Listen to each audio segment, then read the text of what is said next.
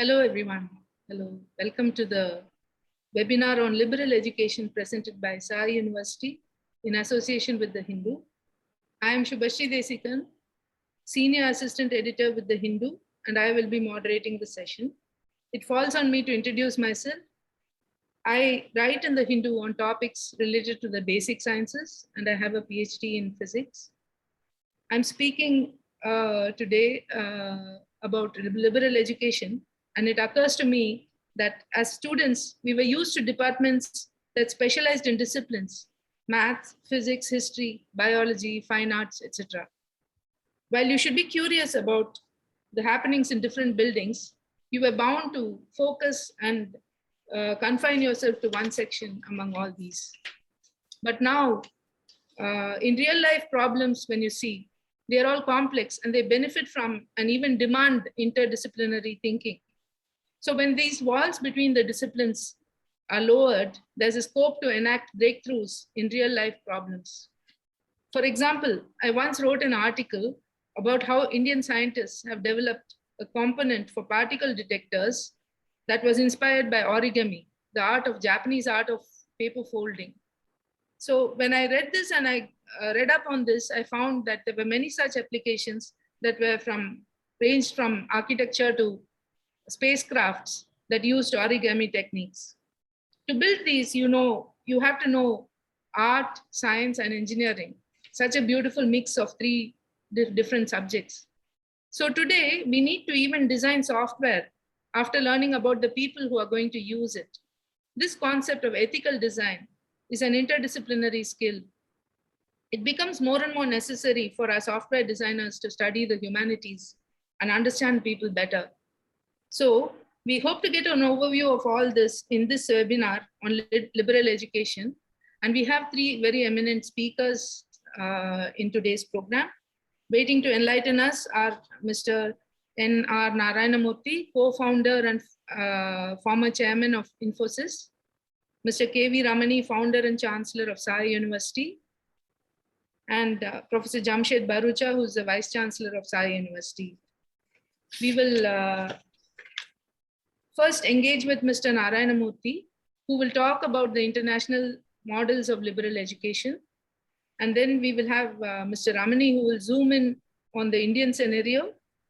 And then we will have Professor Bharucha, who will talk about the liberal education at Sai University. We will go back then to Mr. Narayana Murthy, who will explain about entrepreneurship and the role of the student and so on. So before we get into the program, it's my honor to introduce the speakers to you. Mr. Narayana Murthy needs no introduction really, but let me introduce him nevertheless. He is acknowledged as the guiding spirit at organizations spanning wide-ranging fields such as information technology, business administration, corporate governance, higher education, and scientific research. He's a recipient of numerous global awards and honors, and he was conferred the Padma Vibhushan, India's second highest civilian award by the government of India in 2008. He's the co-founder and retired chairman of the Indian tech giant Infosys, where he was the CEO until 2002 and the chairman and chief mentor until 2011. Currently, Mr. Murthy serves on the boards of Ford Foundation, the Institute of Advanced Study at Princeton, New Jersey, which we all know housed Einstein at one point, and United Nations Foundation. He has served on the boards of corporations such as HSBC and Unilever, and of universities such as Cornell, Wharton School, the Graduate School of Business at Stanford University, and the Rhodes Trust at Oxford. He was the chairman of the Indian Institute of Management, Ahmedabad, and the Public Health Foundation of India. He's a member of the advisory board of the University of Tokyo, ESSEC Business School, France, IESE Business School, Spain, and so on. He has also served on the international advisory boards of Yale University, University of Illinois at Urbana-Champaign, and other places. He's a trustee of the Infosys Science Foundation, which gives the Infosys Prize, an annual award that honors outstanding achievement of researchers and scientists across 6 categories. He was conferred the Officer of the Legion of Honor by the government of France in 2008 and the Commander of the Order of the British Empire by the British government in 2007. In 2005, he was ranked among The Economist's 15 most admired global leaders. Thank you, Professor Narayana Murthy, Dr. Narayana Murthy, for coming to this program today. And the next person I will introduce you to is Mr. K.V. Ramani, who's a successful technology entrepreneur and a philanthropist, a pioneer who led efforts in bringing India's IT sector to the fore. He also co-founded NASSCOM in 1988. He's the founder and chancellor of Sai University, a private university near Chennai. His mission has been to set up a multidisciplinary university which breaks away from the convention of focusing on disciplines and to ensure students become critical thinkers. His vision has led to the foundation of Sai University this April. In 1985, he founded Future Software and later co-founded Hughes Software System, both of which were later acquired by Flexitronics. He served as a chairman of NASSCOM during 97 to 98 and was a member of its executive council for the first 10 years. He has taken on several roles in developing the IT sector in India with the Department of Electronics, the 9th five-year plan, the Electronics and Computer Software Export Promotion Council, and more. He founded the Chennai chapter of the Indus Entrepreneurs. Mr. K.V. Ramani has been honored with several awards. He was given the Founders Award at NASSCOM Silver Jubilee by Sri Narendra Modi, to mention just one. A well-known philanthropist, he channels his charitable gestures through the Shirdi Sai Trust set up by him in 1996. Welcome to the program, sir, and I look forward to interacting with you. Professor Jamshed Bharucha, the founding Vice-Chancellor of Sai University, is the President Emeritus of Cooper Union, New York. Previously, he was Provost and Senior Vice President at Tufts University, Dean of the School of Arts and Science, Dartmouth College, Fellow Center of Advanced Study and in the Behavioral Sciences at Stanford University. He was a visiting scholar at Harvard, Stanford, and Carnegie Mellon universities. Professor Bharucha has done extensive research in the cognitive psychology sector and neurosciences, especially with a focus on music perception. That itself is an interdisciplinary area which we would like to mention here. He has been decorated with many awards, is a Pride of America honoree, and has been given the Huntington Teaching Award by Dartmouth College. He's also an alumnus of Yale University, Vassar College, and Trinity College of London. Welcome to the program, Dr. Bharucha. And now I will like to invite Professor Narayana Murthy to say, Dr. Narayana Murthy to say a few words. And I will maybe we have some questions lined up for you, sir, and I hope we can go on with that. Yeah, Dr. Desikan, if you ask me specific questions, I will try and answer them. Let us start at the very beginning, sir. How do you define liberal education? Well, liberal education or liberal arts education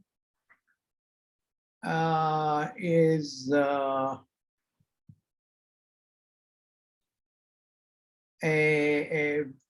important component of the education system.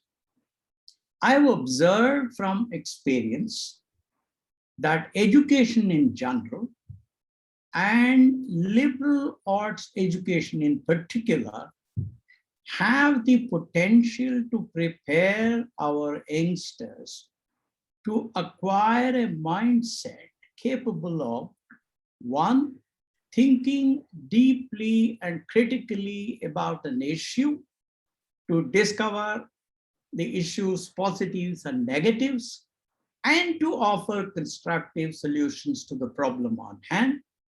Second, forming logical and rational arguments using data, facts, and logic. Third, marshalling the power of articulation, the power of formal knowledge, independent thinking, and analysis to present a sound judgment on an issue. Fourth, using rudimentary knowledge of mathematics, statistics, modeling, and facts of the situation to come to an optimal decision in a given situation, even with limited data. Fifth, the ability to enter a new situation, absorb new knowledge, ask deep and relevant questions, and add value to the discussions. Sixth, overcoming biases. Seventh, desisting from offering unfounded opinions not supported by data and facts. Next, respecting plurality of opinion and conducting oneself in a civilized manner in a discussion. Next, listening to other participants in a discussion actively. And finally, I would say agreeing to disagree without being disagreeable. After all, this is what 90% of life is all about. At least 90% of work life is all about. This is what is required of every successful leader, manager, professional, and academician. Liberal arts education uses tools and methods to enhance curiosity, improve our ability to think critically and independently, become analytical and objective, and finally, of course, all of this to solve the problems of our society. Liberal arts education combines a host of studies, going from philosophy to humanities, and lays the foundation for our youngsters to pursue deeper knowledge and skills required in whatever profession or graduate degree they choose to pursue to become scientists, professionals, academicians, managers, civil servants, politicians, journalists, diplomats, and even military folks. At the same time, it also helps them to directly enter any of these professions. Let me stop here. That was a very comprehensive definition. But you have been associated with many universities across the world, and you have experience with that. What are your views about different liberal education models across the world? The urgent need of the day for our country is to adopt a model of education that provides a strong and enduring foundation for curiosity, for critical thinking, for proactive problem solving, innovation wherever necessary, objective evaluation of situations, debating issues with data and facts, respecting plurality of thought, agreeing to disagree without being disagreeable. Now, these skills come from the liberal arts education model. Liberal arts education students study a little bit of philosophy, economics, history, humanities, languages, mathematics, logic, sciences, and a few other subjects wherever necessary. English is a universal language, and mathematics is the most concise and precise way of communicating. In my opinion, any education system must provide some foundation into these two jewels of learning. Now, most developed nations have adopted the liberal education model. It is this model that has laid the foundation for the undisputed global leadership of the Western nations in politics, arts, music, science, technology, law, philosophy, economics, and medicine, just to name a few fields. Everything I see in front of me here at my table, piano, computer, LED light bulb, stereo, air conditioner, refrigerator, and mobile phone, have all been invented because of using this model of education. This model combines combined with the power of English language, has become an unstoppable and an unbeatable force of progress in the world. English language provides access to the largest and the most precious repository of knowledge, wisdom, skills, and experience. Now, I know at least 4 nations, the US, the UK, Australia, and France, reasonably well. I've spent considerable time in these nations. I have tremendous admiration for their education system. These nations have benefited immensely from this model. The focus in this model of education is on, as I said before, independent think and proactive problem solving. Obtaining PhD in a developed nation is an excellent example of independent thinking. The student has to think independently and zero in on a topic of his thesis, himself or herself. The guide will not suggest the thesis topic to the student. After all, problem recognition and definition are the ultimate tests of independent thinking and proactive problem solving. Let me stop here. But could you briefly go into the Oxbridge models and the Ivy League models? Can you briefly do that before we can go to the next question? Yeah, I will talk about, I presume you're asking me to compare the Ivy League model with the Oxbridge model? Yes. Before that, maybe for the new young participants we have in the listeners who are watching, we can define the Ivy League. There are 8 universities in the US. Yeah. Private universities, which are among the top universities in the US. Yeah. And okay. So like, what is it? Are you saying what is it that India can learn from the education system of these Ivy League universities?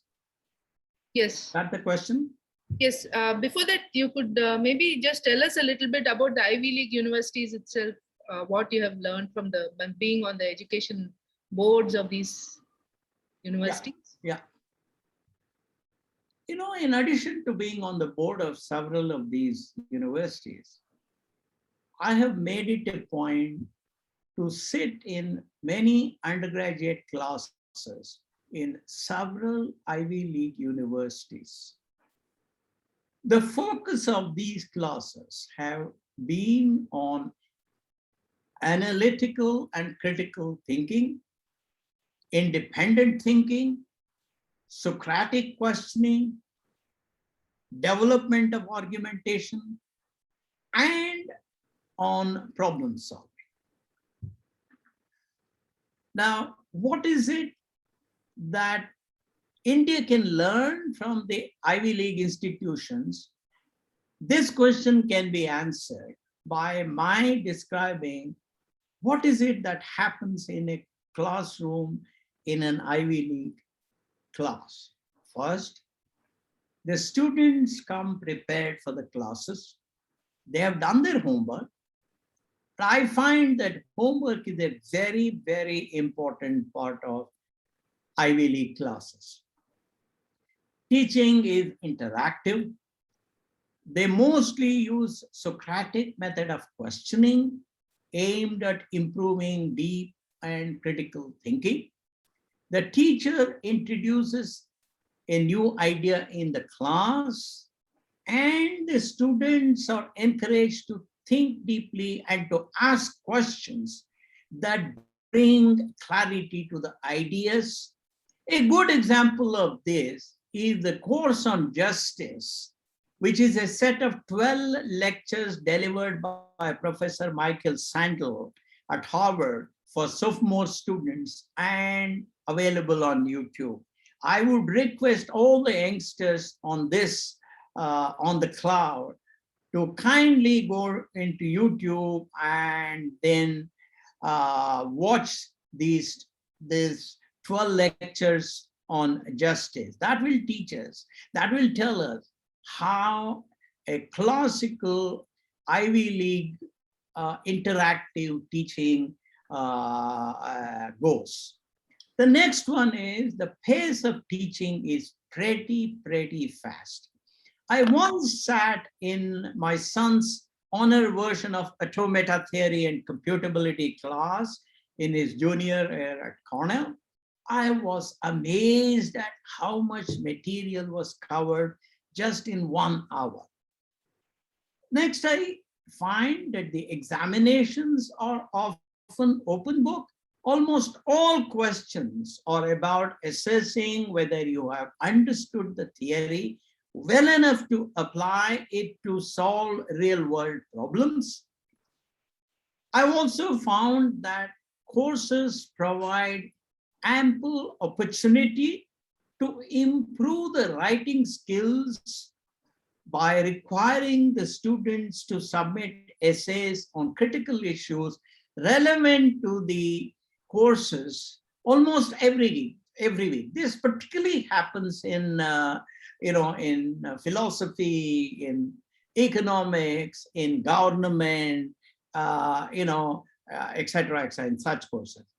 And finally, I must say that nobody other than the teacher decides what textbook to use, what is to be taught in the course, how it is to be taught, and how the student should be evaluated. The teacher is the ultimate decision maker. Let me stop here.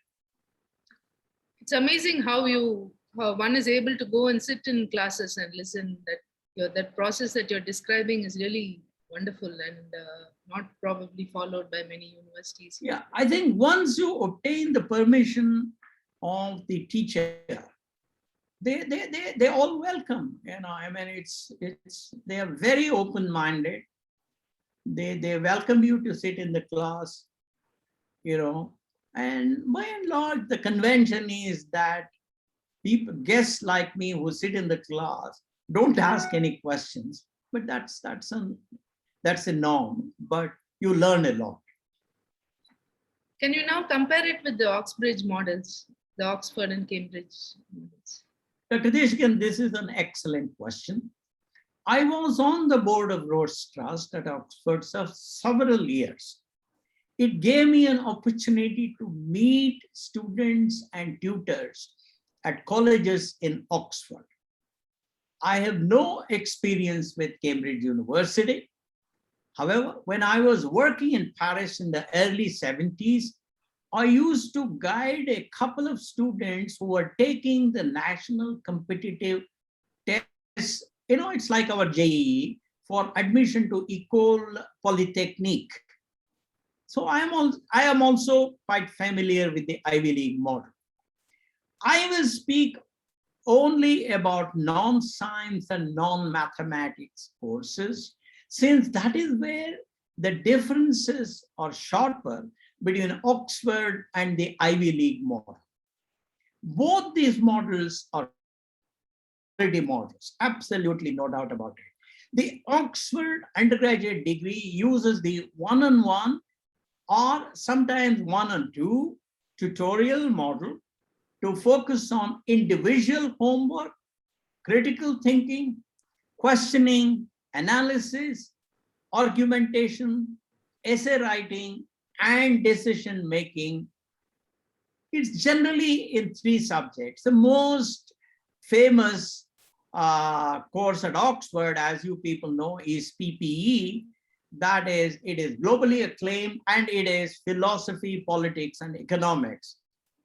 The focus at Oxford is on individual effort and on the purity and quality of analytical thinking.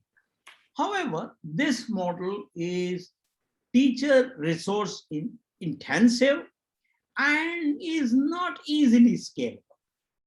On the other hand, the Ivy League institutions use the one-to-many classroom model to provide an equally strong foundation for developing these attributes on a broader canvas, with an emphasis on improving individual skills using classroom-based Socratic questioning, peer-to-peer learning, and intensive homework, including essay writing.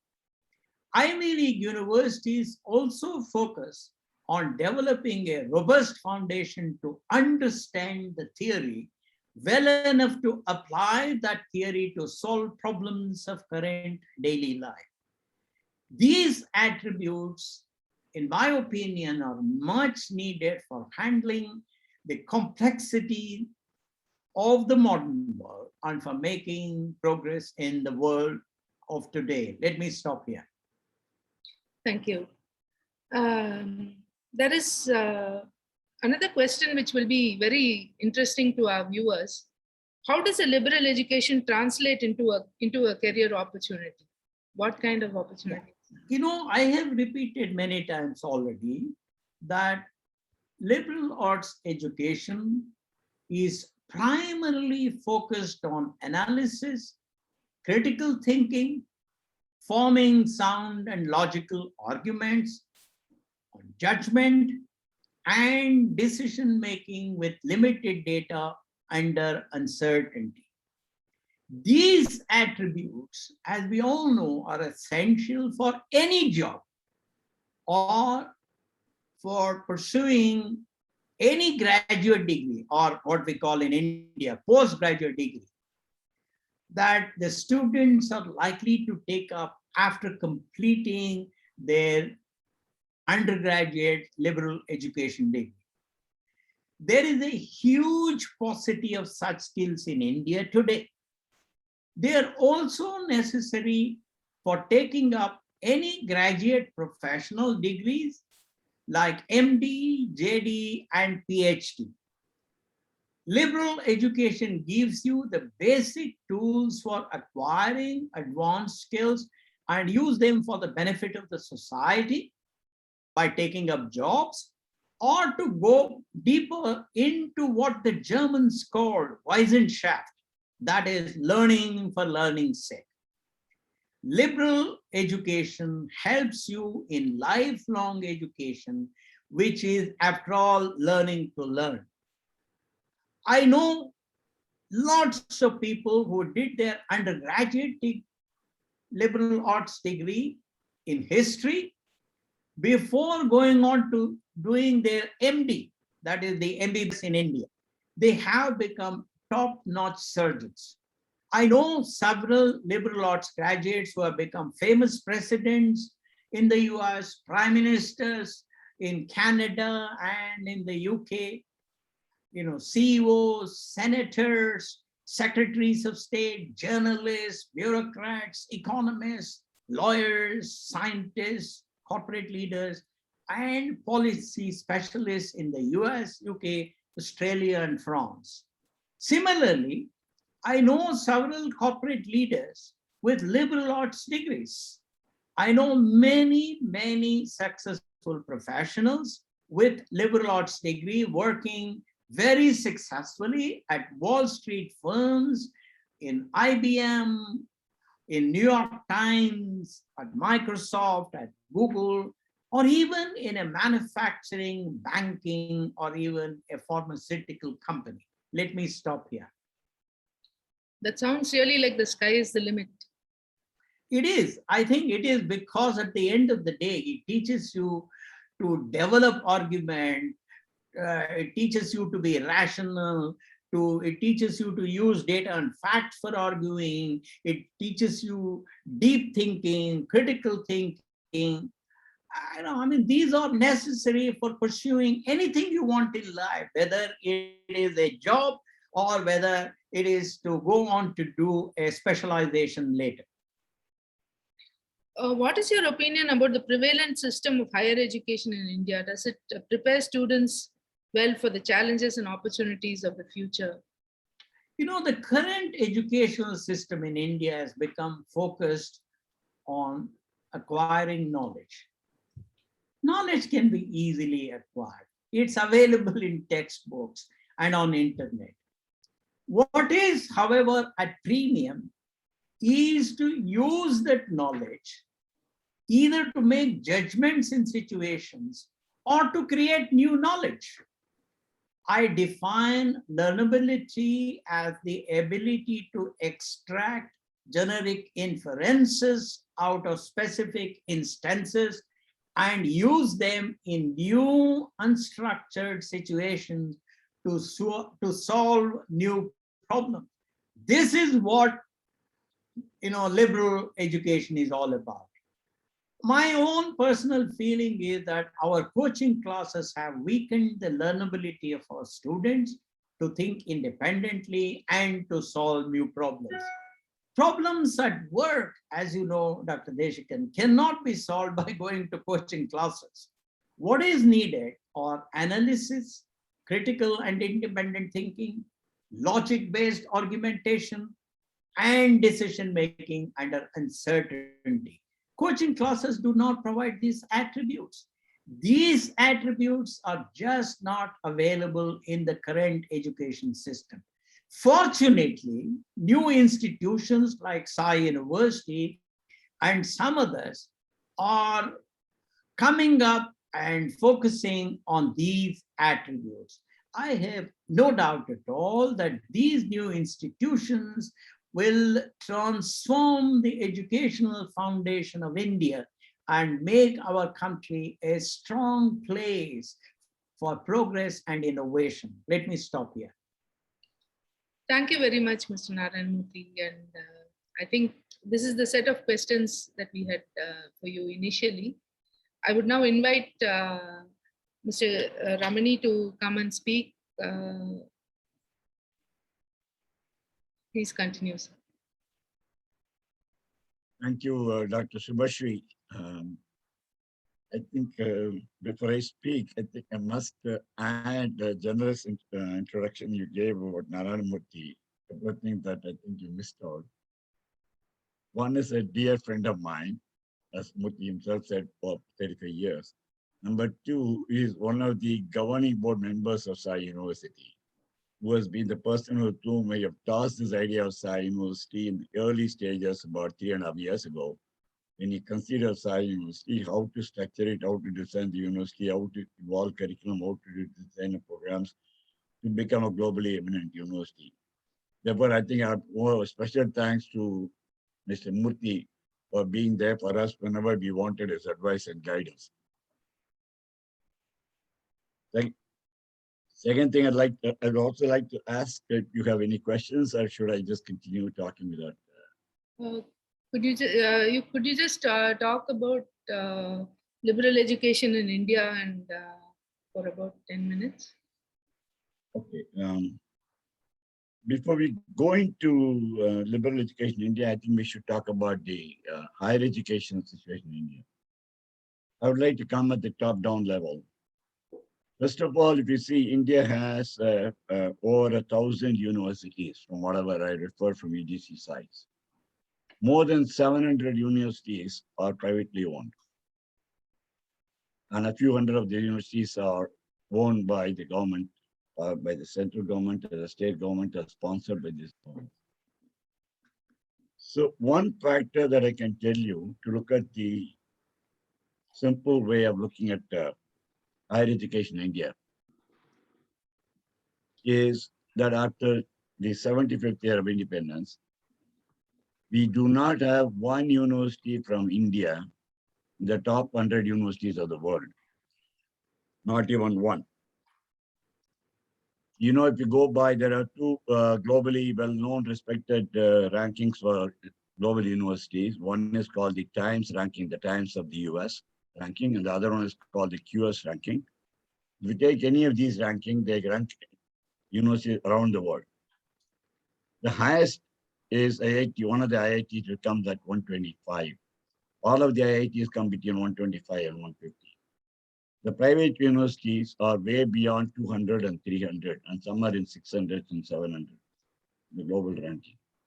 So what have we achieved in 75 years? That should tell you, that actually should shock you a little bit to find out where the higher education in India is today.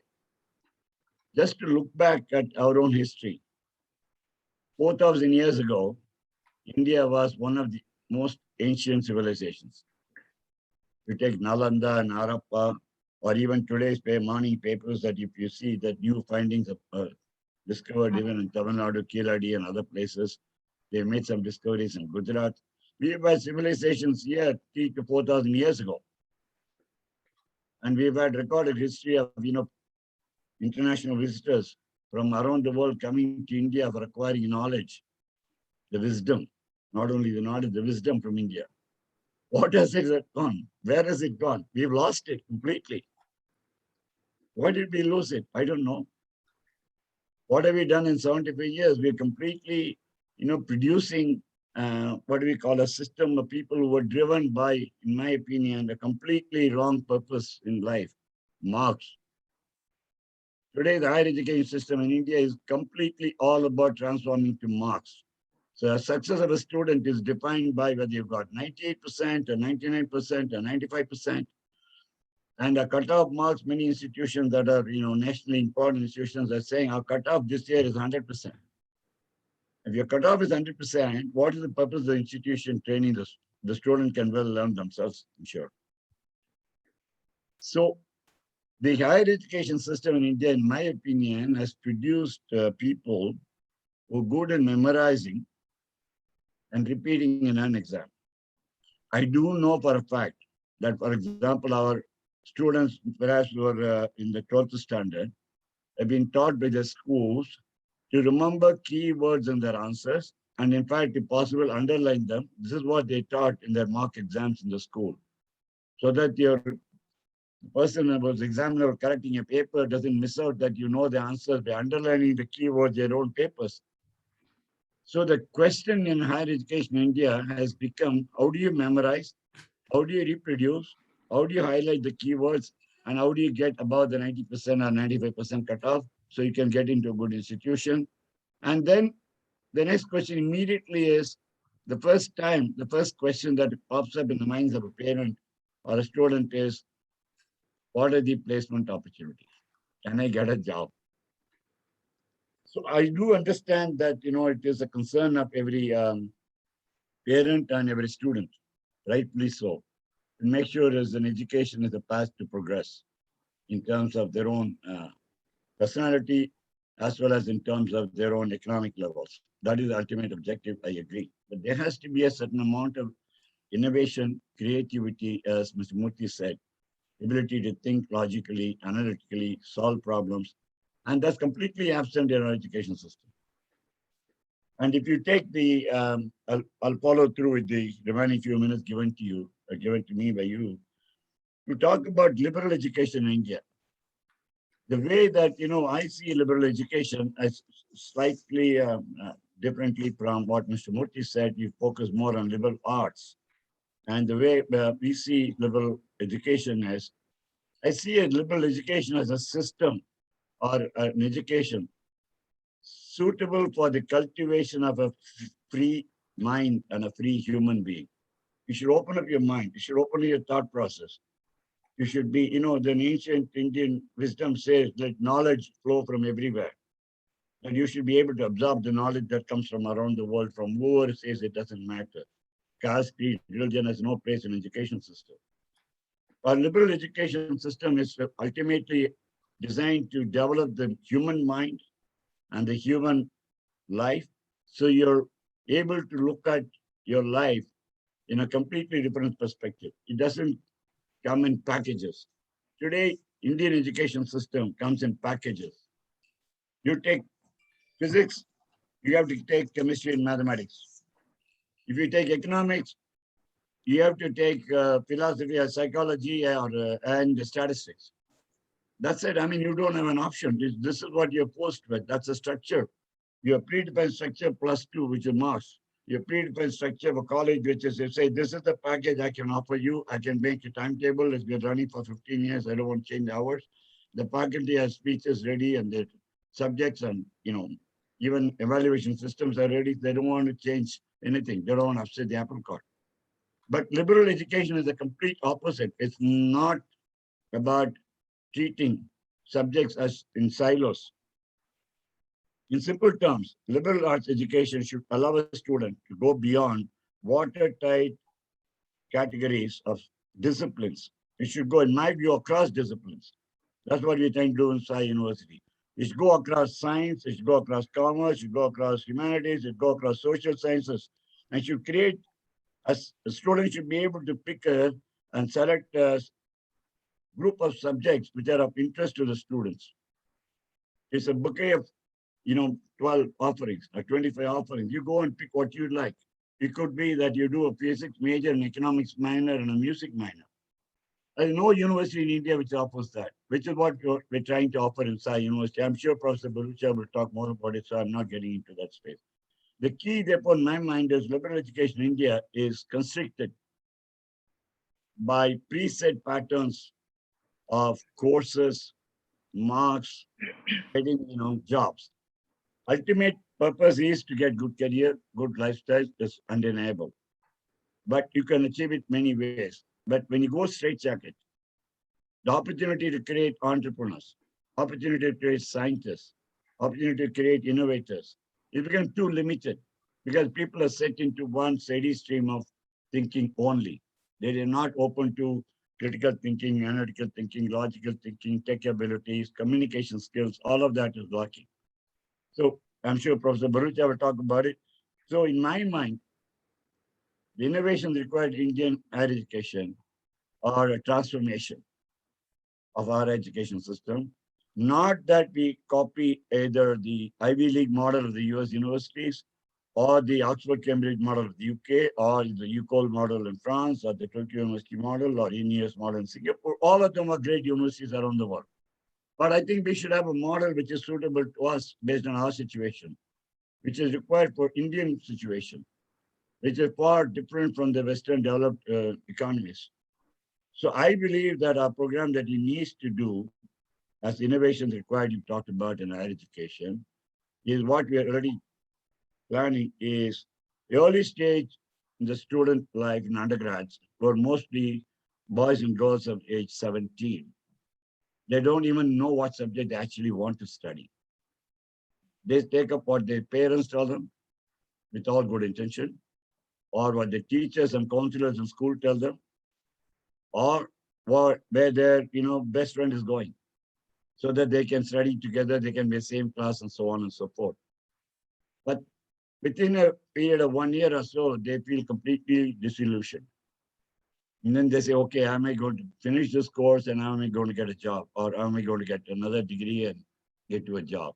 So the objective of education lost and the objective of, completing the program and getting a job becomes more important. In my mind, the innovation required in higher education is a complete transformation of higher education in India to suit Indian system, which is primarily to say, first, we should promote, as Mr. Murthy said, critical thinking, analytical thinking, logical abilities, tech skills, communication skills, and so on and so forth. In fact, in Sai University, in the first semester, we're only teaching these subjects.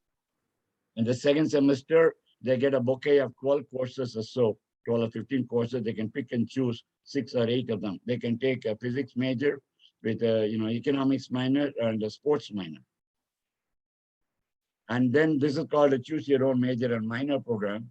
And then at the end of sampling the 5 or 6 courses in the second semester, they really decide what major and minor they want to do. They want to take in their second, third, fourth years of undergrad degree. And then, of course, they continue to do their master's and PhD, more and more specialized in areas of interest to them. So progressively, the foundation should be broad and strong. It should be wide. And the higher degrees should build on the strength of the foundation. And that is why in Sai University, we're creating the structure, which I'm sure Professor Bharucha will talk more about it. I'll be, taking any other questions later on in the conversation. That's my view, to say the transformation in Indian higher education has to happen by a multidisciplinary, interdisciplinary approach to education. And the students can cultivate and study subjects of their own choice and careers of their own selection. Thank you. Thank you. Actually, that was a very nice, illuminating short talk. We will have questions at the end of the session after we go back to Mr. Narayana Murthy. But now I invite Dr. Bharucha to speak a few words on about 10 minutes on liberal education in Sai University. Thank you very much. It's a privilege to be here and to be on this panel. Nothing is more important than the topic of this panel. And it's the topic of this panel that brought me back to India after 40 years in education in the United States. Why? Because this is India's moment. We know we have a youth dividend, but if we don't develop the talents of that youth, it's going to become a youth liability. So this is the moment where India must move very fast to create new institutions and to reform the older ones to prepare our youth to maximize their innate talents, because that will be key to the success of India and to the success of democracy, and frankly, because of India's size and being the largest democracy, really to the global future. Let me talk about a few things that make our model, the model we've developed, and the reason I came and joined is for us to be able to forge a unique model that is designed to prepare students for the future. So many ask about jobs.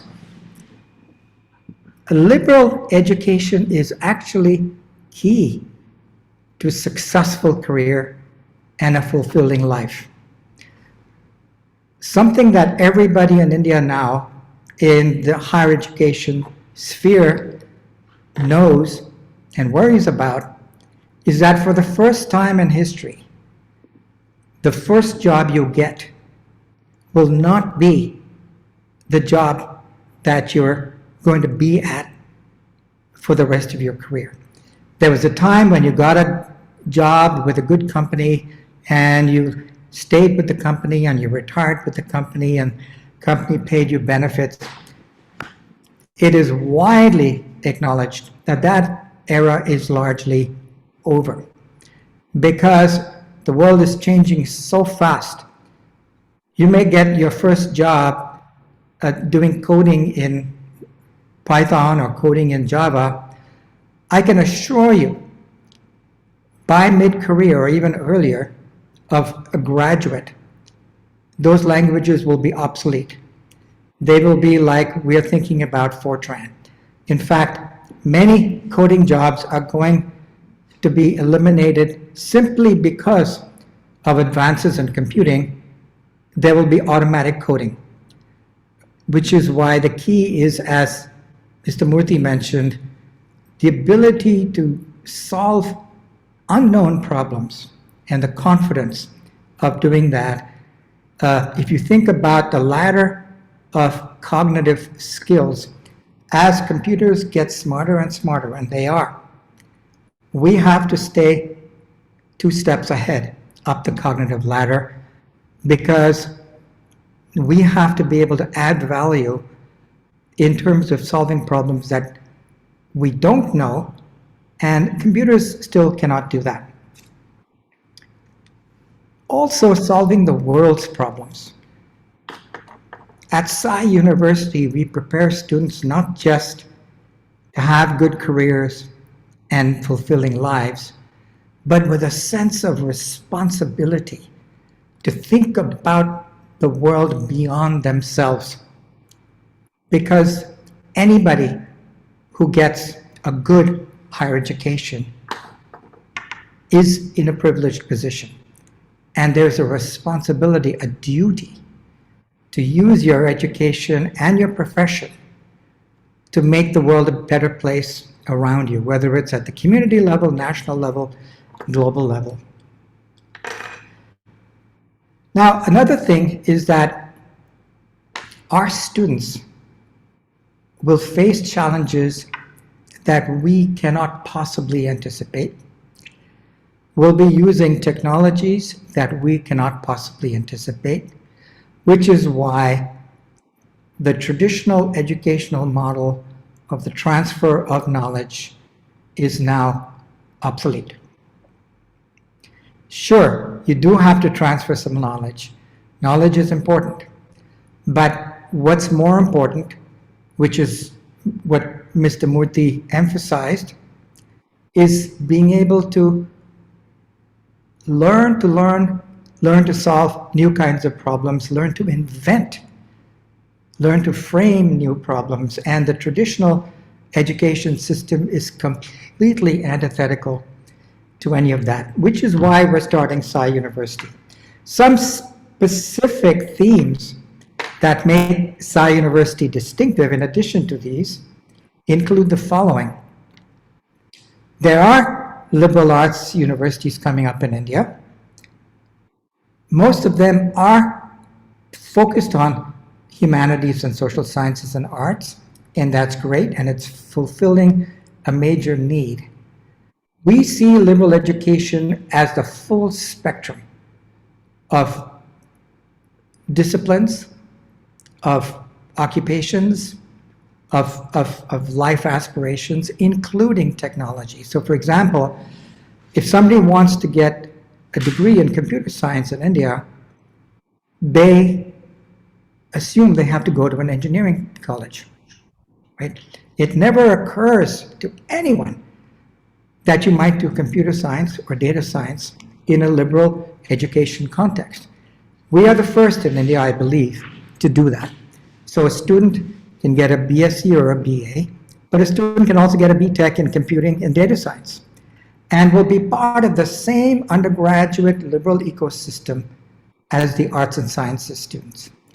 So for example, most Indian engineering institutions, they look up to MIT, which is a great institution, but our model at Sai is more the Harvard undergraduate model than the MIT undergraduate model. You come to Harvard and you may choose after a year to major in computer science, data science, music, philosophy, and combine these things. So it's the liberal arts plus technology and the full spectrum, which is why I tend not to use the word liberal arts in India, because most people associate it with just arts and humanities and social sciences. Liberal education is the right term because it encompasses everything. Now, I come to this as a cognitive neuroscientist, and I've come to the conclusion after decades of teaching and doing research and higher education administration that, and it's not just Indian universities that need reform, it is the IVs and the institutions that we're all looking up to that have kind of become static in a sense and need some change, particularly in the pedagogy. The pedagogy needs to change because research on how the brain learns, which is what I bring to the design of Sai University. I don't implement anything at Sai University unless it is evidence-based, evidence-driven. The brain learns best by doing. And doing includes speaking, it includes solving problems, it includes collaborating. It learns worst by just sitting and listening to somebody tell you things, okay? And that is another point that Mr. Murthy made. So that's typically called active learning. Active learning is interactive learning, but it's more than interactive learning because you're getting your students into the habit of not just asking questions, but posing new ideas, encouraging them to think of ideas that have never been thought before and take a risk on them. You'll have those 3 or 4 years as an undergraduate to take intellectual risks, and we need to encourage our students to make mistakes. It's a terrible thing about traditional education is that it's all about not making a mistake. The best kind of learning, including coding, comes from jumping in there, making mistakes, and then the time you spent debugging it or thinking about the mistake or the feedback that you get, and then that's what gets you to a new level of understanding. And I can assure you, those students who come out of this kind of model at Sai University, by the time they graduate, it doesn't matter if they major in music or philosophy or computer science or data science or economics. As soon as they get into that interview for a job or for a postgraduate program, they're going to stand out because they will have had that training. Today, students suddenly they get on the job market and suddenly they find they have to interview, which they've never done before, and they have to get into small group discussions, which they've never done before. So we want students, we want to find each individual student's unique talents. No two brains are identical. It is a huge tragedy that institutionalized education tries to put people into these boxes. Okay, you're in science, you are in arts, you are in commerce, you are in this, you are in that. Massive mistake. We leave a tremendous amount of talent on the table. Why do I say that? It comes back to an earlier point that the future economic growth, cultural dynamism, and of democracy depends not on the things we know today, but on the things our students are going to invent, discover, think about, imagine, in the sciences and technology and in the arts and the humanities, new ideas, new ways of organizing people, new kinds of ways of serving society. So we can't teach them. Actually, their brains come after millions of years of evolution. The brain has a much more powerful, autonomous learning agenda than anything we can put into a curriculum. From the moment you're born, the child explores the environment and is trying new sounds, and the mistake in parenting is saying, do this, don't do that. Rather, flip it around, which is what we're doing at Sai University. Provide an enriching environment where there is quick feedback, constructive feedback, never talking down to children, never talking down to students, always encouraging them. You know, a child goes through a period of saying, why, but why, but why, but why. Most parents and teachers say, just be quiet and listen. Huge, huge mistake. And the research is all very clear about that. If you let the brain probe and you serve as the enriching ecosystem and the feedback and the guide, as Mr. Murthy mentioned, the child will come up very, very fast. We want to spark their imagination. We want them to think of crazy things. I want my students in class to come up with things just, and never to say, that's a silly question, that's a stupid idea. Well, let's analyze it. If it is absurd, then the other students, of course, will be quick to point that out. Instructor can do that, but then you find the kernel and you try to develop that and critique it. And liberate the mind from the boxes that we're taught. So many times you meet people coming out of a traditional education and you ask them a question and they say, I never took a course in that. That was not on the syllabus. That was not on the curriculum. That is a symptom of the failure of the system. You want them to push against the boundaries. And one thing that's difficult culturally for an ancient culture, we want students to challenge us. Some of the most brilliant students I've had in the middle of a class challenged me. Undergraduates I'm talking about. Challenged me, and I would go, what? And then I'd go home and think about it, and these are, you know, innocent minds are actually more creative than those of us who are. We want to nurture our students' cognitive powers, and I'm just finishing up here. The most important cognitive powers are the ones that Mr. Murthy mentioned: critical thinking, and communication. And at Sai University, critical thinking and communication will be an integral part of every single course, every single semester. Finally, our model of international is absolutely unique. We have brought in a faculty member from Tufts University, Sherman Teichman, who has developed an astonishing immersive international model for undergraduate education. We all know about semester abroad, that's fine. Most Indians can't afford semester abroad. He puts undergraduates into the middle of international projects all over the world, or now even virtual projects, and connects our students with international networks, very powerful networks of leaders, students, faculty.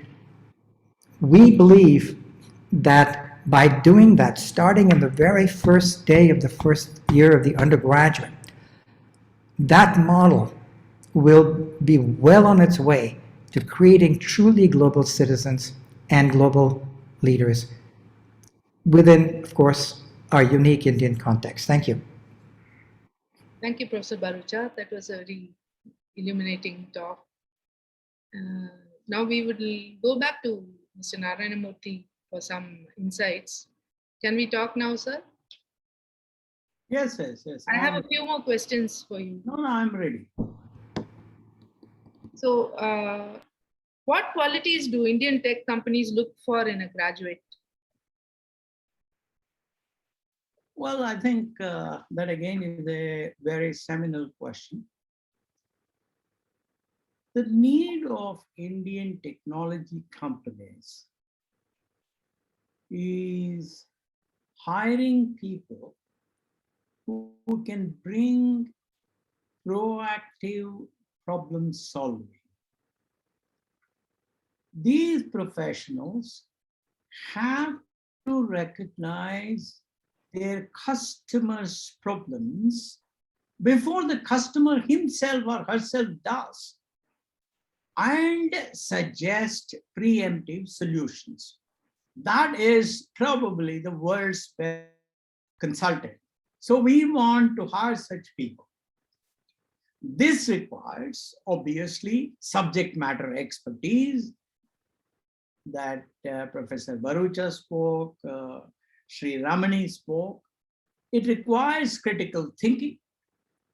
It requires ability to speak flawless English, because that is the universal language, whether we like it or not. That is the universal language. It requires high learnability that I already spoke about. As you remember, I defined learnability as the ability to extract generic inferences from specific instances and use them in new unstructured situations to solve new problems. Then, of course, it requires modeling, it requires what-if analysis, it requires a little bit of mathematics, a little bit of logic, a little bit of statistics, and most importantly, decision-making under uncertainty and decision-making with limited data.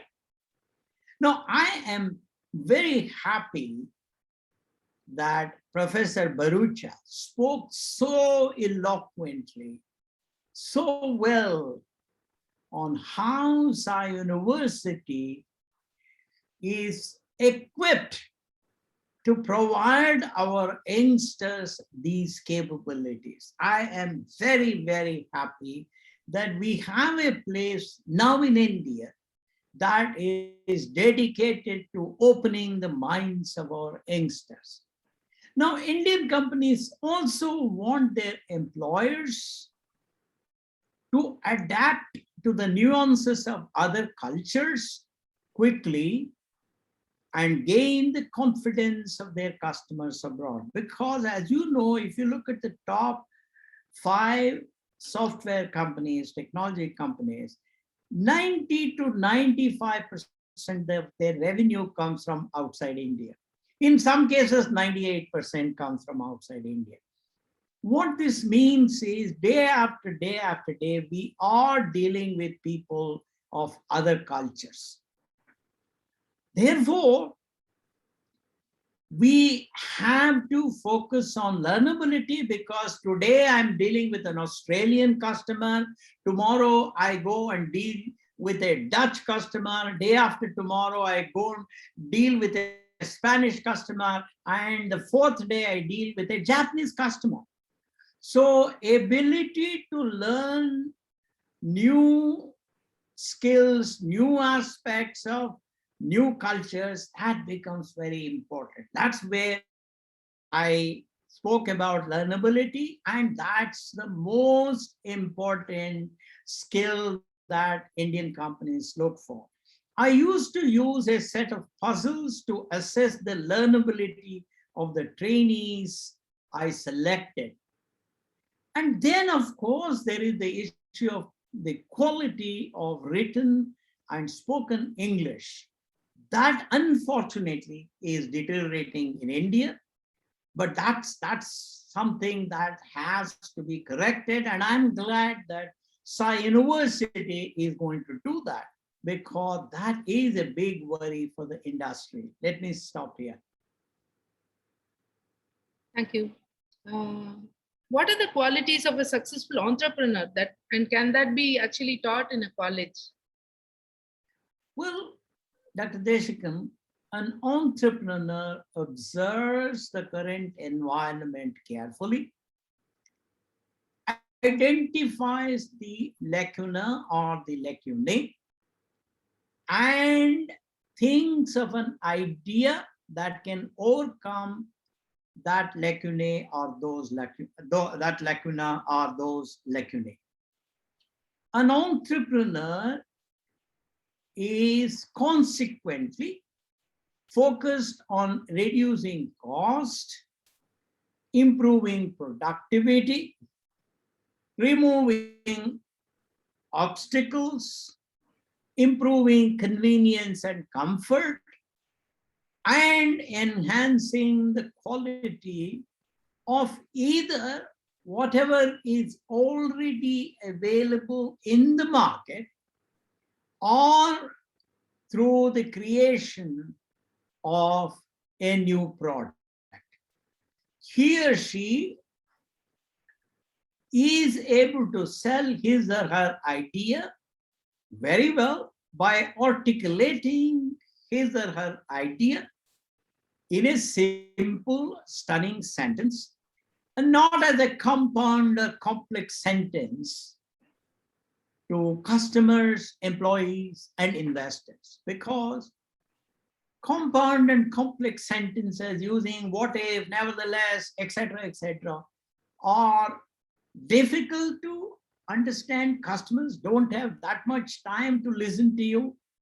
New prospective employees don't have so much time to listen to you, because there is so much of competition for new employees, and investors have a lot of choices to invest. So therefore, entrepreneurs must learn to articulate their idea as a simple sentence.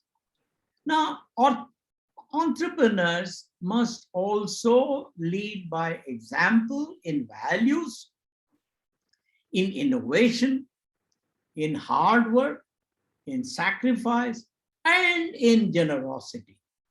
They must also believe in deferred gratification, because at the end of the day, as Ramani knows very well, and I also know, entrepreneurship is all about deferred gratification. That is, making huge sacrifices today in the hope that tomorrow will bring a fortune to us. Now, the second part of your question, some of the qualities of entrepreneurs, like curiosity, solution orientation, multidisciplinary approach to problems, articulation, and confidence, and a few other things that Professor Bharucha spoke about so well, they come from the environment and the education system. On the other hand, some attributes like values, courage, and generosity, teamwork, etc., they come from social milieu, from family, and from teachers and bosses. That's what I'd like to say. Thank you. It's interesting that you put generosity as a factor there. And, that's something very I have not heard anyone say. I'm glad that you referred to that, because a very important attribute of a successful leader is to be generous, to share the limelight with his colleague, with his either colleagues, to make his or her colleagues feel an inch taller in the leader's presence, and to praise in public and criticize in private. Let me stop here. Thank you. I have one more question. And how can India become more of a leader in innovation? You know, based on what Sri Ramani and Professor Bharucha so eloquently described, my belief is that universities like Sai University are our best hope for India's future, for India embracing innovation. I believe that institutions like Sai University will transform this country and bring a new confidence, a new hope, a new enthusiasm on the world stage for Indian youngsters. I believe in the focus of Sai University on analytical thinking, interdisciplinary approach, logical argumentation, essay writing, flawless communication, and other homework, Socratic questioning, and decision making under uncertainty with limited data. Now, I want our youngsters, I want Sai University to include in their coursework how to answer 3 fundamental questions by the youngsters when they enter their workplace every day. The questions are, how do I reduce tomorrow the time for what I do today? Second, how do I reduce tomorrow the cost of what I do today? And the third one is, how do I improve the quality tomorrow of what I produce today?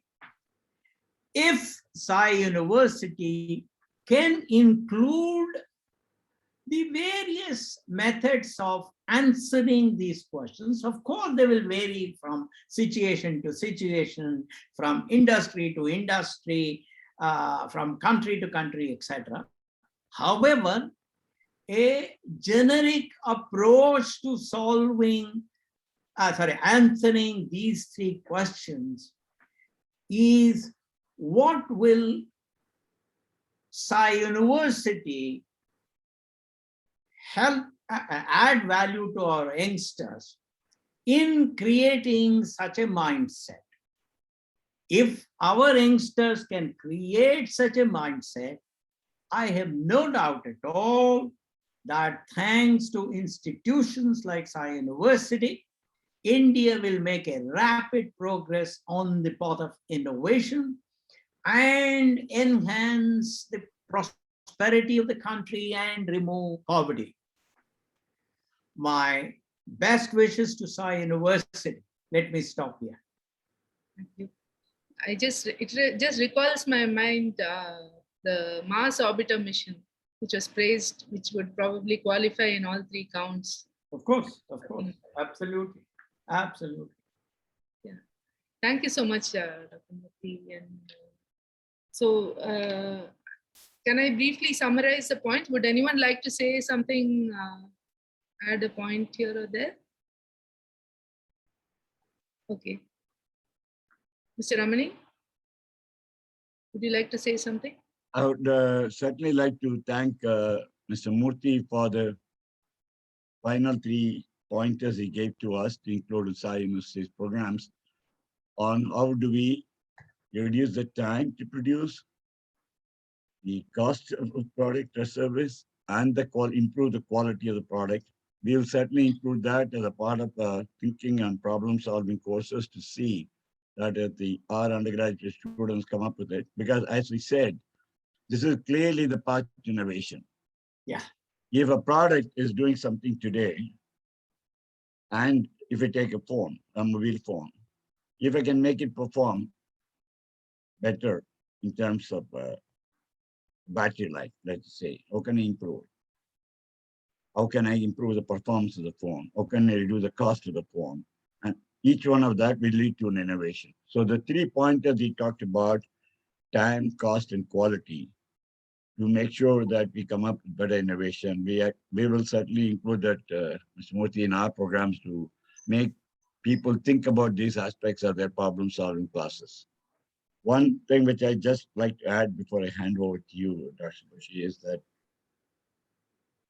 Sai University is designed to be a globally eminent university. That's a vision we have for the university. We want Sai University in the next 10 years to be known as a global university, not another Indian university of thousands of them. So whatever we're designing today, it may be an innovation in Indian higher education, but it is certainly for the improvement of the students' life, certainly for the betterment of the parents and their families of the students, and certainly for the betterment of the society, and for the betterment of the India as a whole, and perhaps the whole world as a whole. Because we do want to see the next generation of innovation and tech companies to come from India, from our next generation.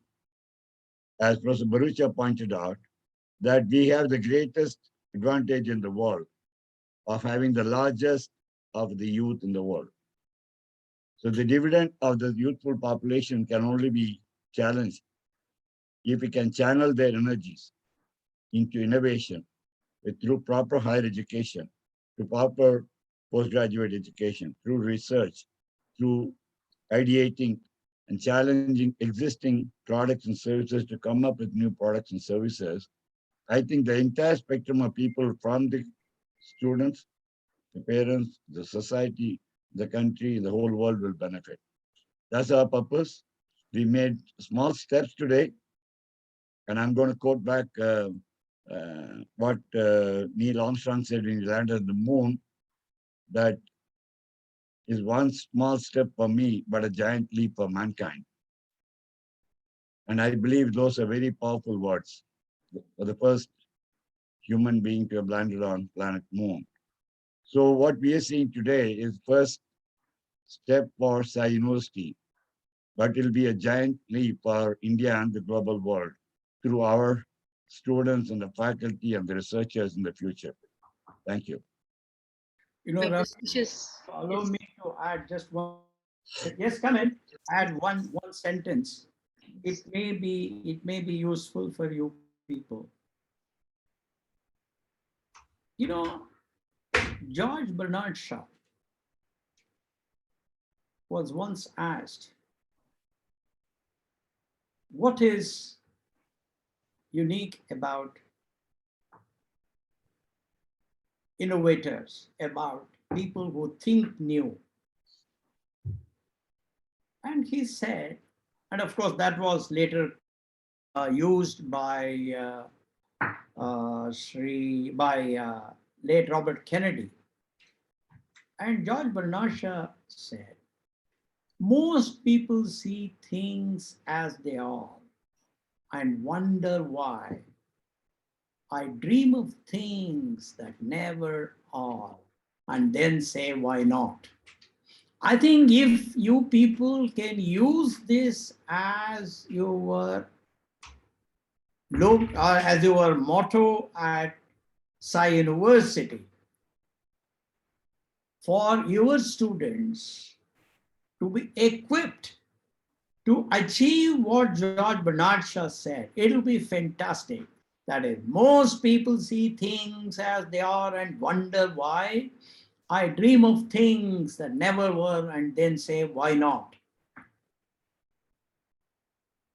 That was nice. So can we move on to the audience questions now? There are lots of questions they have to ask you. So I will just... I don't know whether Professor Bharucha wanted to say something or before we... Would you like to say something, Professor Bharucha? No, ma'am, I'll wait for the questions. Thank you. I think what I'll say is I'll reissue Murthy to say we will ask why not as part of the curriculum in Sai University. Yeah. That would be to take on from what Judge Banasha quoted by Mr. Murthy to say. Our students will be trained to ask why not. They'll ask the questions and that will be part of their learning process. Yeah. Thank you, Murthy. Thank you. So the first question is very thought-provoking. How far is liberal education in alignment with our existing commitment to education for sustainable development, SDG 4, and what, according to the panelists, should be continued and what should be improved? Who would like to take the question? Professor Bharucha will be the first. Let me make an attempt. Yes. See, at this level in the discussion, we're not getting down to the nitty-gritty. However, what did Professor Bharucha, Ramani, and I say about the purpose of liberal education?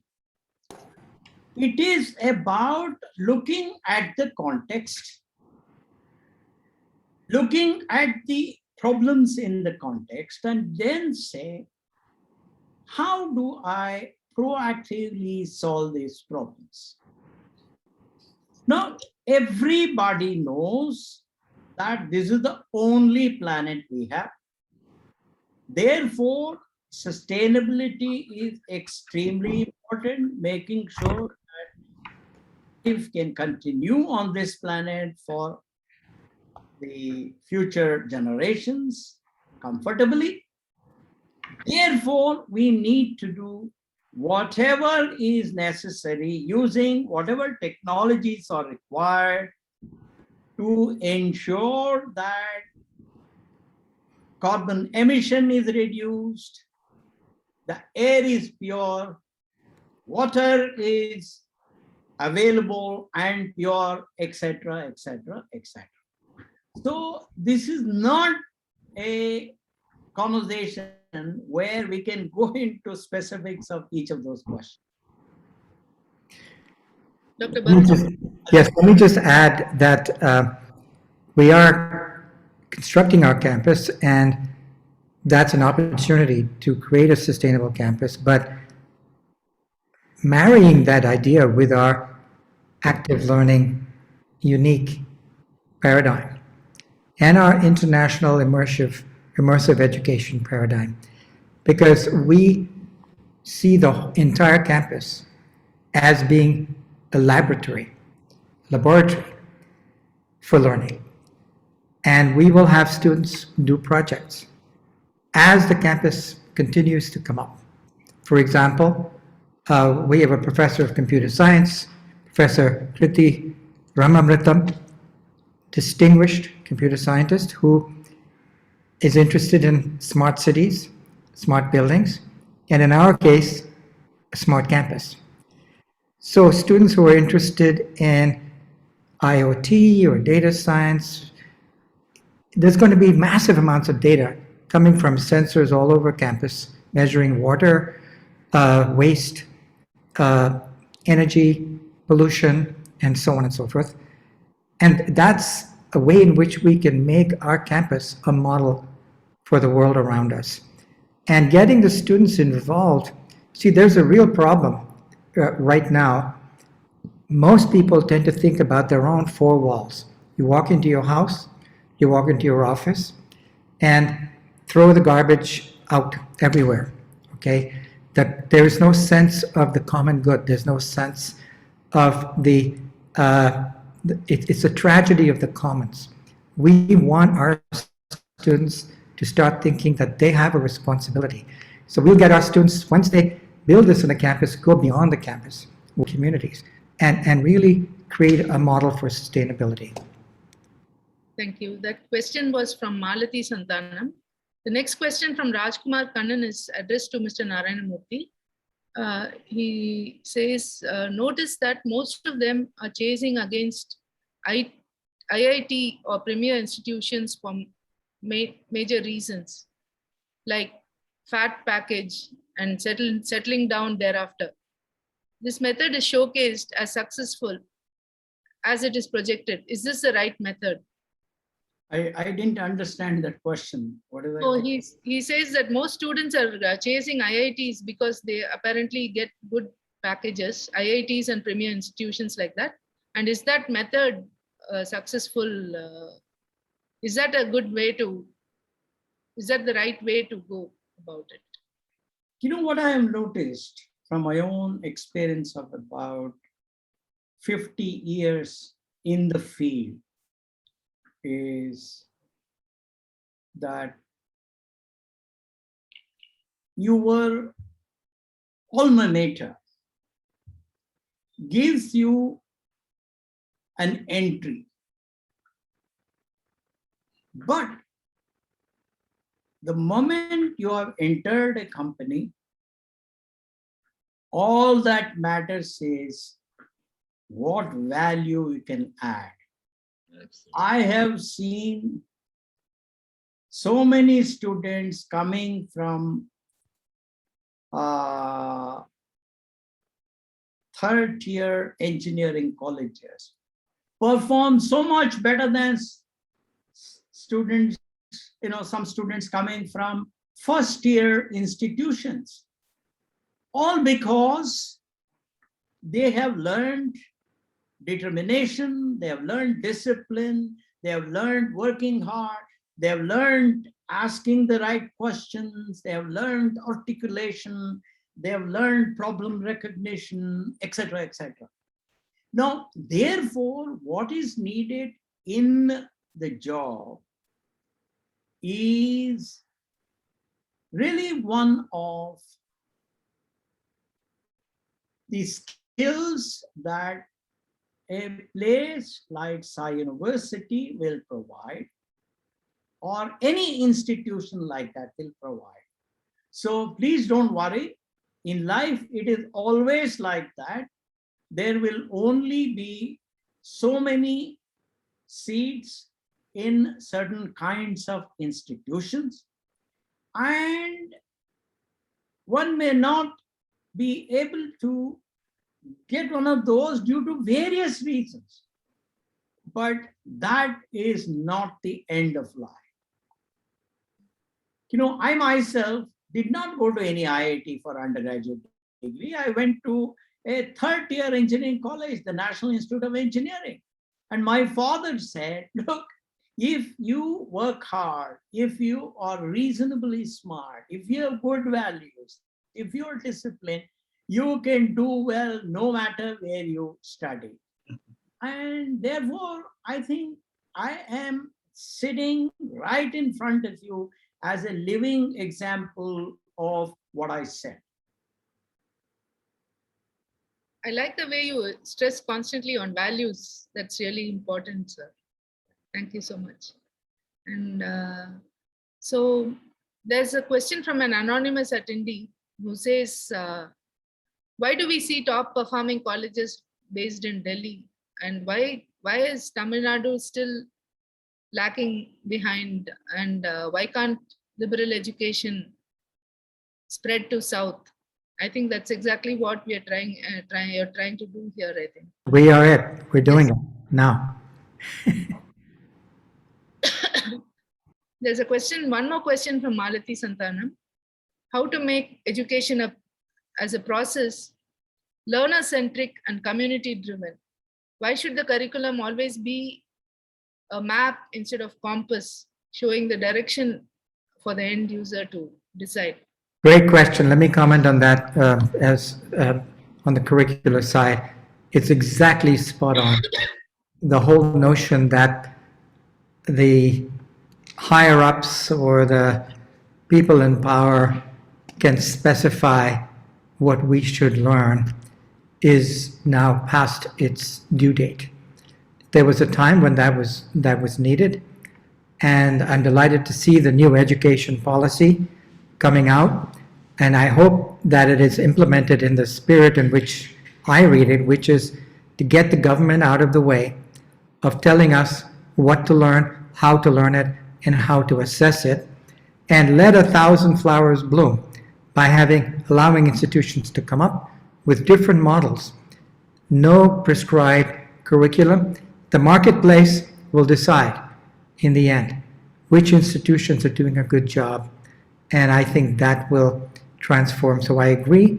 You need the analogy is a good one, compass rather than a whole set of prescriptions, and all of the points that Mr. Murthy made are the focus of it, rather than what specific knowledge you should be tested on. Of course, there is knowledge you need to know, but much more are the kind of skills that we've talked about. That's really nice. There's another question for Mr. Narayana Murthy. What is the Socratic mode of questioning? This word has really caught into the mind of Nachiketa Thakur, who wants to know. What is the Socratic model of questioning? Okay. Well, when somebody went and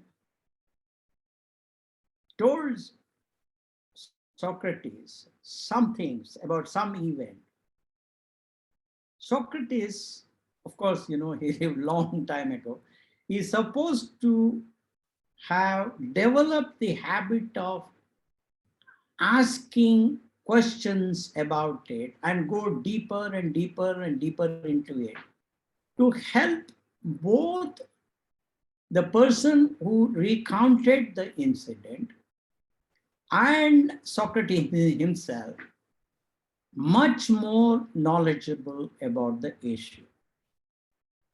Now, the best example of Socratic questioning is if you can go to YouTube and listen to one of the lectures of Professor Michael Sandel on justice, you will fully understand and appreciate better than my explaining it to you in a theoretical way. There are 12 lectures, and there are about probably 300 to 350 students attending that lecture, that course on justice. It's a sophomore course at Harvard. I mean, that means second year undergraduate students take that course. And it is fantastic. Every time I watch it, I learn something new. So my request to you is kindly go to YouTube and watch Professor Michael Sandel's lectures on justice. I would just like to second that. Today, what we call active learning is exactly what Socrates was practicing. Instead of telling students what is and what is not, he extracted those answers from people. Instead of telling people, why and when and how the wheel was invented, he creates an intellectual context in which they reinvent the wheel. And I can tell you, while we don't want people to reinvent things in the startup world, in the 3 or 4 years you have as an undergraduate, reinventing things that have already been known is the best way to learn them rather than to be told. That's exactly what Socrates, in fact, there's a famous parable that Plato wrote about Socrates, where he gets a person who is totally illiterate to actually prove a geometric theorem with a stick on sand simply by asking the right questions. Now, do you think that this is larger than that? He'll do the construction. Now, what do you think about this? And the person ends up proving the theorem.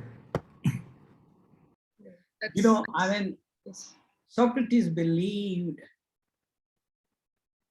more in helping a person come to the answers to a question by introspection, by asking questions, rather than providing precepts, as Professor Bharucha pointed out.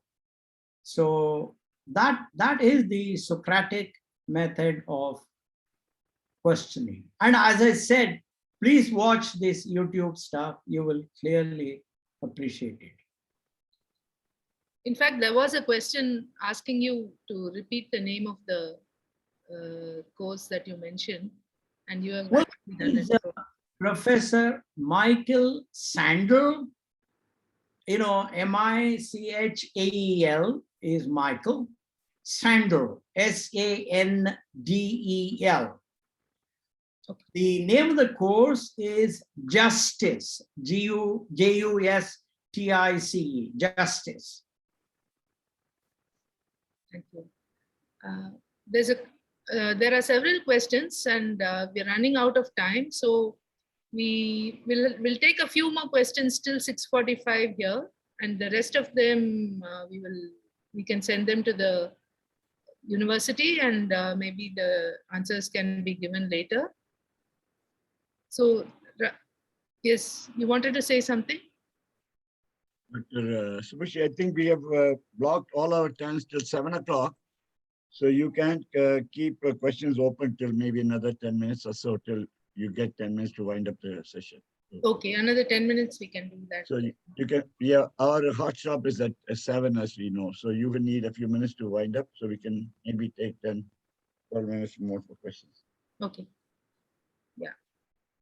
I believe that Ravindra GR wants to know, I believe liberal education has to start from the government-run schools and colleges. Government-run institutions are the game changers for India to attain the status of society as it exists in countries like US, France, and UK, and Australia. It's a comment. Would anyone like to comment on that? Only thing I would say is that if you take the government to respond to our needs, every need, I don't think we can succeed. In my opinion, as responsible citizens of this country, we have to take the leadership. If we wait for government to solve our problems, it will happen, but it may happen, slowly. It may happen for a period of time that's unacceptable to us. It may not happen. There may be compulsions in terms of ideology, political differences, budgets, and the diversity of people wanting, because in Indian system, whenever we want to change something, when one person wants to change something, however good or bad it is, at least 10 other people opposing it. Well, that's the beauty of democracy, but that's a price we need to pay for a democratic system. So in a democratic system, things will move slowly because there are lots of other people opposing any new ideas, ideologies, any move to change the existing status of things. Whereas I think outside the government system, where, like for example, Sai University, as a private university approved by law and approved by UGC, we are free to set up our own syllabus. We are free to set up our own courses. We are free to, award our own degrees, subject to the norms given by UGC. Overall paradigm that's been given to UGC. They will come and inspect and ensure we have the curriculum, the teaching hours, and we have the examination system and so on and so forth in place. So we have a freedom to operate, which is not there for the government to operate. And in order for government to succeed, don't forget, they have to change the system in the school. They have to change it for several thousands in a state. If you have to change all over India, you possibly have to change several 100,000 schools. And that's going to be a humongous change. I know of some NGOs who adopted government schools and trying to change the system from within on a non-profit basis. And they have huge challenges because everybody is resisting it. The stakeholders are resisting it, the neighborhoods are resisting it, the parents are resisting it. That, it's not easy to change things within a system. Luckily, we are outside. We are empowered by law to do things differently, and that's what we will do.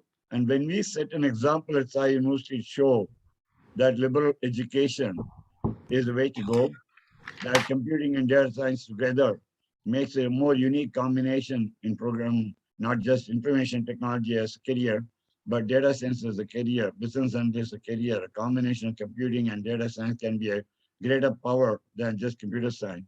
When people see these examples, I'm sure other institutions will follow us as a model, and I'm sure they will change.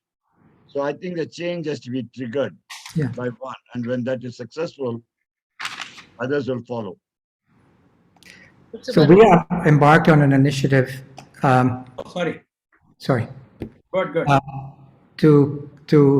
We're partnering with a youth organization called IIMUN, which is founded by Rishabh Shah, that engages in leadership development programs for tens of thousands of high school students around India. And with them, we've created a global principals network to link up principals of schools, starting with India and then going beyond India, so that we can have webinars and so on like this, because teacher training is going to be key to answering the question. In the end, it's all going to be how the teachers in the government schools teach. You cannot blame them. They're underpaid, and we should increase the pay, but their training tends to be of a very, very traditional approach. The kinds of things we've been talking today about Socratic method, active learning, communication, critical thinking, teachers, they respond when you talk about these. You bring them the latest research on education, on early childhood development, on primary education, high school education, etc. And they thrive on this new knowledge. So we will be working with IIMUN to reach out to thousands of schools. The National Education Policy does call upon universities to engage in teacher training. And I've brought together some of the world's leaders in this as part of this initiative. Professor John Mitchell, who is a visiting professor at Sai University, who's the chairman of the Computer Science Department at Stanford, and has really joined us in helping to set up Sai University. Professor Martha Farah at University of Pennsylvania, who's a leading expert on brain development and socioeconomic. By the age of 5, so much socioeconomic disadvantage is already baked in to the brain. And so teachers really need to learn how to intervene. And the third person is Professor Robert Sternberg from Cornell, who is an expert on education and creativity. So this is going to be rolled out over the next year, and look out for it. I want to add to what Ramani and Professor Bharucha said.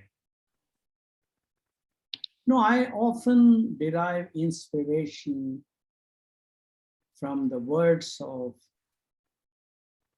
extraordinary people. In a democracy, making it work for all the people requires what is termed leadership by example. Mahatma Gandhi said, be the change that you want to see in other people, or be the change that you want to see in your environment. I think that is the philosophy that institutions like Sai University can adopt, because others will see all the benefits that are accruing to the students of Sai University, the various impactful positions they will take up in the society. And over a period of time, as Sri Ramani pointed out, more and more people will adopt these changes. That is the nature of change in a democracy. The second inspirational words that I can bring to the table at this stage is what late President John F. Kennedy said at his inauguration. He said, ask not what your country can do for you, ask instead what you can do for your country. I think this is what institutions like Sai University have to start doing before they ask the government to change.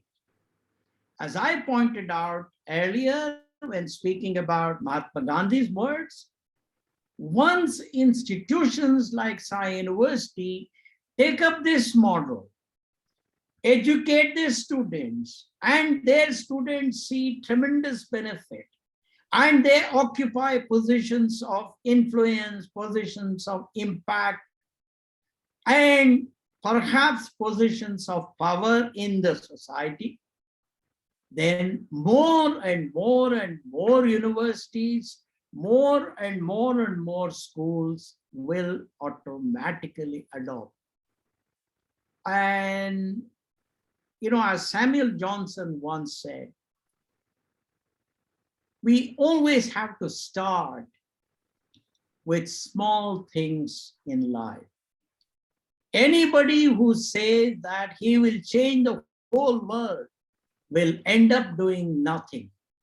So therefore, I think what Professor Bharucha and Sri K.V. Ramani have said are extremely valuable words, and they are leading by example. They're not just talking, they're leading by example. So let us respect their effort. Let us join effort in whatever way we can. Let us benefit from all the wonderful things that are going to happen at Sai University. That's what I would say. Now, can we go to the next question? This is probably one of the last. Exams are a very important method to assess students' abilities other than knowledge. At present, the examination method has become mark-centric and has lost the very purpose of it. In case of liberal education, what will be the pattern of examination? And are there any other methods to assess the students? Yes, I'll take it. One of the many findings in research on how the brain learns is that exams are actually powerful learning tools. The mistake in traditional education is to think of exams only as an assessment tool to come up with the marks or the grade. But instead of having one big final exam, the research is very clear about that. If you have smaller quizzes every week or every 2 weeks, you get the assessment, but you also get amazing amount of learning because the students get the feedback from that quiz, and then they have to take the next quiz and the next quiz. So think about exams more as learning tools, and then the assessment follows. It's also a big mistake to have high-stakes exams. So if you give quizzes every 2 weeks or whatever it is every week, or even pop quizzes, Students don't like them, but years later they'll come and say, we really appreciate that. You can average them. Look at the disaster that's occurred with the school board exams during the COVID crisis. I hope after this crisis, we will simply do away with board exams or have another kind of system, because to have to expect that after 3 years of high school, 1 mark in each subject shows what you've learned is mistaken. There should be some kind of averaging across the 3 years from much more continuous assessment. The second point is assessment should also be multidimensional. And certainly at Sai, we intend, of course, it'll be up to the faculty, but we intend to encourage faculty to give a grade not just on exam results, but on written work, on the class participation, on the extent to which you've improved from wherever you started, and on your degree of preparation for your participation in class. That takes care of the attendance problem. You know, it's silly for people to take attendance at the college level. It's just completely silly. You have to motivate the students to come to class. There has to be not only the inspiration to do that, but the accountability to do that. So what I do is, each class when I've taught, I pull up a name at random, literally from a random number generator, and I pose a question based on what they were supposed to read before that class. Now I can tell you, if a student had bunked the class, they will never bunk again. If the student had failed to prepare, they will never fail to prepare again. And that's how you learn. Thank you. What would be the difference in liberal education program offered by IIT's, the humanities program, and Sai University? Some of the IITs are really moving very well into a more liberal model. I'm very, very, in close conversation with a number of the IITs, most specifically one of the new ones, IIT Gandhinagar, which is very, very innovative and is motivated by these kinds of ideas. At the end of the day, though, they are engineering institutions. And the new education policy calls for all specialty institutions to start to develop into multi-stream universities. That's what MIT did, but it's still not there. And so I think they are really thinking about this very well, but they're still stuck in thinking that there are these traditional engineering branches, civil, mechanical, electrical, and in order to get the BTech there, you have to be trained as if you were a professional. The truth of the matter is, very few I'm sorry to say, very few civil engineering graduates or mechanical engineering graduates are actually working as civil engineers or mechanical engineers. Okay, most of them, if they get jobs, they're getting tech jobs. So there's a huge disconnect between the traditional disciplinary subject-based branch of engineering on the one hand and what the workplace requires. So in that respect, I think the engineering colleges have been very slow to adapt, because there's a lot of resistance to thinking in ways different from the traditional branches of engineering. So we have 5 minutes to close, so if you can quickly say. Can I just add a couple of points to what Professor Bharucha said, which has not been said so far? That Sai University has only been talked about today as a liberal education university. Liberal education, as we defined earlier, is not just arts and sciences and humanities. It also includes schools of management, schools of business, it includes schools of law, the schools of technology, schools of medicine. So If you see the next 7-year roadmap for Sai University, we're adding a new school each year. So liberal education at Sai University, as you would see, right now we have 3 schools. Schools of Arts and Sciences, Liberal Arts and Sciences, we have School of Computing Data Sciences, we have School of Law. So you already can do liberal education across 3 branches. Then we're going to have a School of Business Management, then you're going to have a School of Technology and Engineering, a School of Medicine. So when you see that happen, and the liberal education student would be able to choose their majors and minors across disciplines. As I said earlier in my definition of liberal education, silos are gone. You're no longer a mechanical engineer. You're no longer electrical engineer. As one disciplinary, unidimensional person, you're not going to be able to solve multidimensional problems. Problems of the world, problems of the society, problems at home are multidisciplinary. So our idea is to say that it will be multidisciplinary learning, starting 3 schools and progressively adding 4 more schools. That's 7 schools in the next 5 years. When you see that model, it'll be the most liberal education that a student can get, economics major and perhaps astronomy and maybe aeronautics minor and so on and so forth. That will solve a problem which is not being solved in the country today. I hope that answers the question. That IIT's humanities are trying to come to the problem from an opposite side. The solution is they have a tech school, they're trying to add humanities as a minor. But we are saying that not enough. We have to have multiple schools, let's say 7, 8, 9, 10 schools, equal importance. And a student will be able to select major from one and minor from the other. You could do an economics major and health sciences minor, and maybe a physics minor. So that is the way Sai University multidisciplinary will evolve, and that is the liberal education that we will provide, and that's how it's different from others. Thank you. Thank you, Mr. Ramani. Thanks to all the 3 speakers. We have reached the end of our program today. It was very interesting, and the audience was excellently active and sending a lot of questions.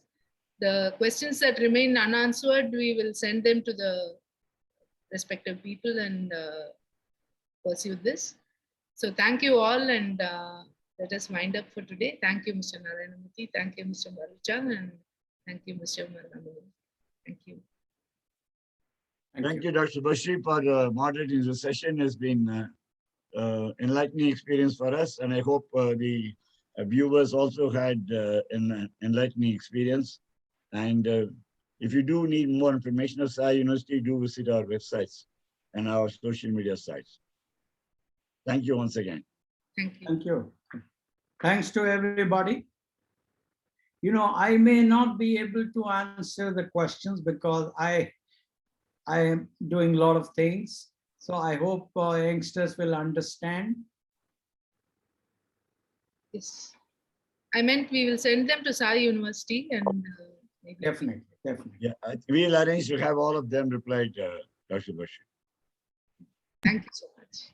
Thank you, Murthy. Thank you, Jamshed, and thank you, Dr. Shubashree, and thank the entire Hindu team from Mr. Sridhar Nala, Ms. Tyagarajan, Ms. Manivannan, Ms. Shanmugam, Ms. Varsha, all of them who made this event possible along with Dr. Shubashree.